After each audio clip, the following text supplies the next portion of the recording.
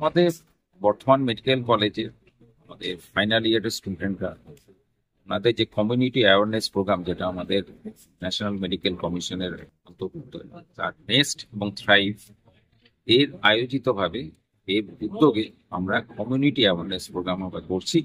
এবং সেই community awareness প্রোগ্রামে আমরা বেছে নিয়েছি রথতলা এই আদিবাসী গ্রামটিকে। এবং এই আদিবাসী গ্রামটি দেখতে পাচ্ছেন প্রচুর পেশেন্ট আমার পেছনে দেখতে পাচ্ছেন, তারা এসেছেন। তাদের কাছে আমরা পরিষেবা দিচ্ছি। কি পরিষেবা দিচ্ছি? যে এখানে আদিবাসী যারা বাচ্চা আছে তাদেরকে আমাদের ডাক্তারবাবুরা রয়েছেন, আমাদের শিশু বিভাগের ডাক্তাররা রয়েছেন, তারা আদিবাসী শিশুদের দেখছেন, তাদের প্রয়োজনীয় চিকিৎসা পরামর্শ দিচ্ছেন। তাছাড়াও থ্যালাসেমিয়া জানেন যে এটা একটা প্রতিরোধযোগ্য রোগ। যদি আমরা বিবাহের আগে যদি আমরা রক্ত পরীক্ষা করে যদি বিবাহ দিই, সেটা নিরন্তর আমরা প্রচার করছি। তার সঙ্গে আমি খুবই খুশি যে আমার ছাত্ররা, আমার বর্ধমান মেডিকেলের ছাত্ররা এই প্রচারে অংশ নিয়েছে। এবং আজকে আমরা আদিবাসীদের ভাইদের মধ্যে আমরা এটাই প্রচার করছি, ভাই বোনদের মধ্যে, যে বিয়ের আগে অবশ্যই থ্যালাসেমিয়ার জন্য রক্ত পরীক্ষা করুন। এবং আমরা আমাদের মেডিকেল কলেজ হসপিটালের তরফ থেকে সম্পূর্ণভাবে বিনামূল্যে এখানে এসে একদম তাদের দুয়ারে এসে আমরা পরিষেবা দিচ্ছি।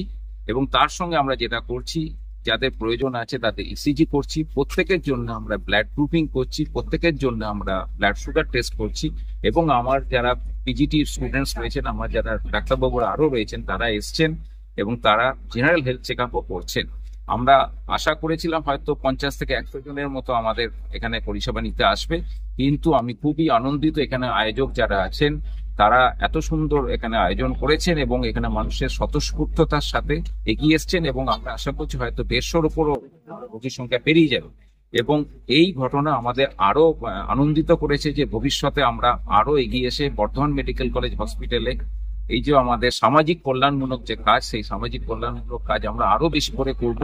আমাদের হাত শক্ত করেছে আমাদের স্টুডেন্টরা, ফলে আমরা আরো যাতে সামাজিক পরিষেবা দিতে পারি, যাতে আরো আমাদের বর্ধমান মেডিকেল হসপিটালের তরফ থেকে উন্নত পরিষেবা পায়। জানেন হসপিটাল আরো অনেক উন্নতি করছে, আরো করবে, কিন্তু সেটা হসপিটালে যে পরিষেবা নেয়। কিন্তু আমরা চাইছি যে হসপিটালের পরিষেবাটা কিন্তু মানুষের দুয়ারে পৌঁছে দিতে পারি, সেই চেষ্টার একটা উদ্যোগ বলতে পারে। এবং এইটা সফলতার সাথে হবে আমি আশা করছি, এবং ভবিষ্যতে আরো আশাবাদী এরকম আমরা প্রোগ্রাম আরো করব।